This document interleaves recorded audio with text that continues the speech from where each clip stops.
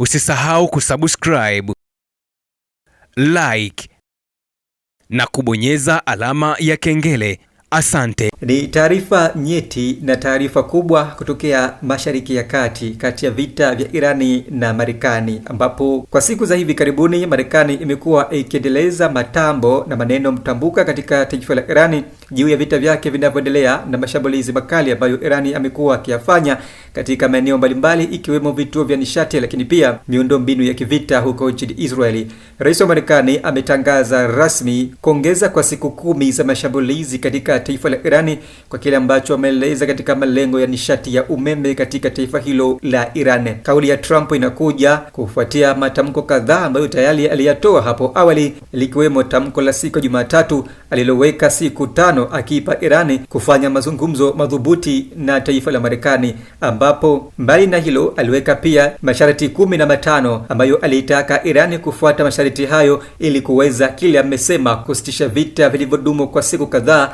tangu mapema Februari 28 mwaka huu 2026. Akielezea taarifa hiyo iliyotajwa kuwa ya sintofahamu katika vyanzo mbalimbali vya taarifa kufuatia kauli zake ambazo amezitoa hapo awali, ambapo Rais Donald Trump amesema kauli yake hiyo inakuja kufuatia maombi ya Irani kwa kile ambacho ameiomba Marekani kusitisha vita, wakati kile amedai mazungumzo yakiendelea baina ya serikali za nchi hizo mbili, Irani na Marekani. Hata hivyo, madai ya Trump yanakuja wakati ambapo serikali ya Irani imeendelea kupinga vikali juu ya kuwapo kwa mazungumzo ya pande mbili, kama ambavyo Rais wa Marekani Donald Trump amekuwa akiwaambia umma juu ya kufikiwa kwa makubaliano na serikali ya Irani kupitia meza ya mazungumzo aliyosema imeanza. Katika taarifa aliyochapisha Rais Donald Trump kupitia ukurasa wake rasmi wa mtandao wa kijamii wa Truth Social, amesema kwamba mazungumzo kati yake na serikali ya Irani yanaendelea na yanafikia hatua njema, ambapo amesema kufuatia hilo anadhamiria kutoa siku 10 ya nyongeza kutoshambulia miundombinu ya nishati ya umeme katika taifa la Irani,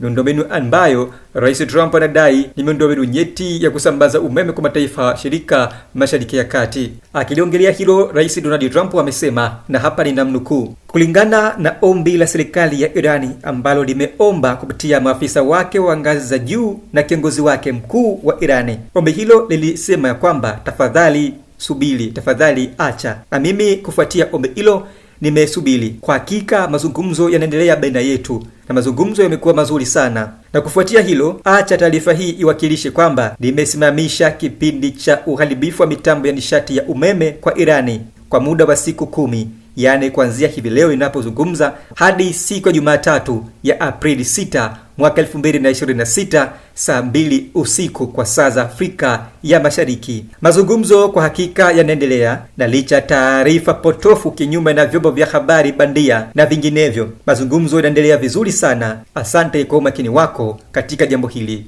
Ni ujumbe wa Rais Donald Trump wa Marekani ambao wameandika kupitia ukurasa wake rasmi mtandao wa kijamii wa The Truth Social, ambapo ameelezea kuongeza muda wa siku 10 kutoshambulia kituo cha nishati cha umeme cha Irani. Hata hivyo, wakati hayo yakijiri, serikali ya Iran kupitia jeshi lake la walinzi wa mapinduzi ya Kiislamu IRGC limedaiwa kufanya mashambulizi makali dhidi ya Kurdistan, ambapo kufuatia ripoti hiyo Marekani imedani vikali mashambulizi ya Irani katika eneo hilo. Akitoa taarifa hiyo laani, waziri wa mambo ya nje wa Marekani Marco Rubio amesema amezungumza na waziri mkuu wa Kurdistan Masroor Barzani, akielezea juu ya mashambulizi makubwa ambayo imedai serikali ya Irani imetekeleza katika taifa la Kurdistan. Hata hivyo, katika mfululizo wa taarifa kutokea Mashariki ya Kati, jeshi la walinzi wa mapinduzi ya Kiislamu IRGC limedai kushambulia meli za Israel na matanki ya mafuta katika jiji la Haifa. Kikosi cha walinzi wa mapinduzi ya Kiislamu cha Irani kimesema kimelenga meli za kijeshi za Israel mashariki mwa Mediterania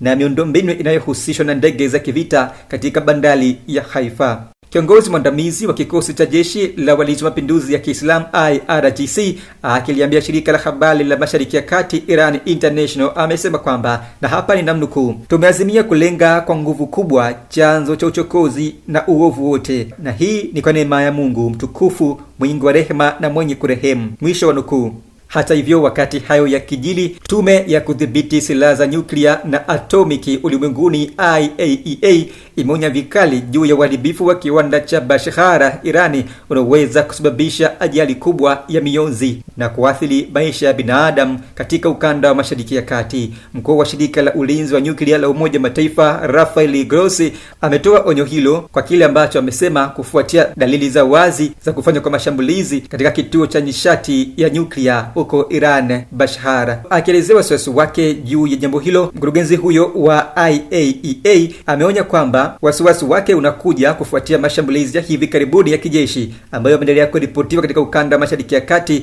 juu ya madai ya wazi ya kushambuliwa kwa kiwanda cha nguvu za nyuklia cha Bashahara cha Irani. Ni mwendelezo wa ripoti maalum kutokea Mashariki ya Kati, mzozo unaendelea kati ya Iran na Marekani, ambapo ripoti hizi zinakuja kufuatia kauli mbalimbali za sintofahamu ambazo zimeendelea kutolewa na Rais wa Marekani Donald Trump juu ya vita vyake dhidi yake na Irani, ambapo ikumbukwe kuwa awali alitoa kauli ya makubaliano dhidi yake na Irani. Pia alitoa kauli ya onyo kwa Irani kwa muda wa saa 48, siku mbili, kuweza kufungua mlango bahari wa Hormuz, huku akitoa tena siku 5 kwa Irani kuweza kufanya mazungumzo na Marekani ya kumaliza vita. Mbali na hapo, Rais Donald Trump pia alitoa masharti 15 Irani kuweza kuyafuata ili kuweza kusitisha vita vinavyoendelea kati ya Irani na Marekani, huku Irani ikiendelea kushambulia maeneo muhimu na nyeti ya huko Mashariki ya Kati, ikiwemo taifa la Israeli na maeneo mengine washirika wa Marekani Mashariki ya Kati. Kumbuka kuwa haya yote yanakuja ikiwa kufuatia mauaji ya kiongozi mkuu wa Irani yaliyofanywa mapema Februari 28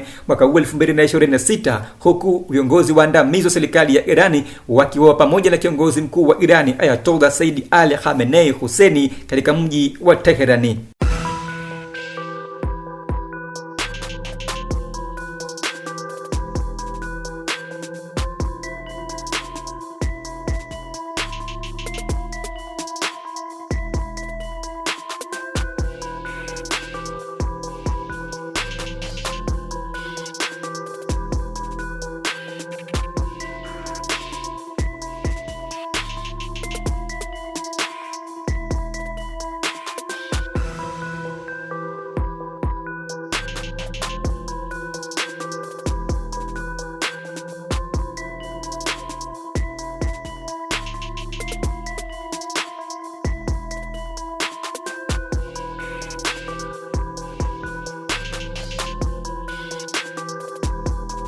Usisahau kusubscribe,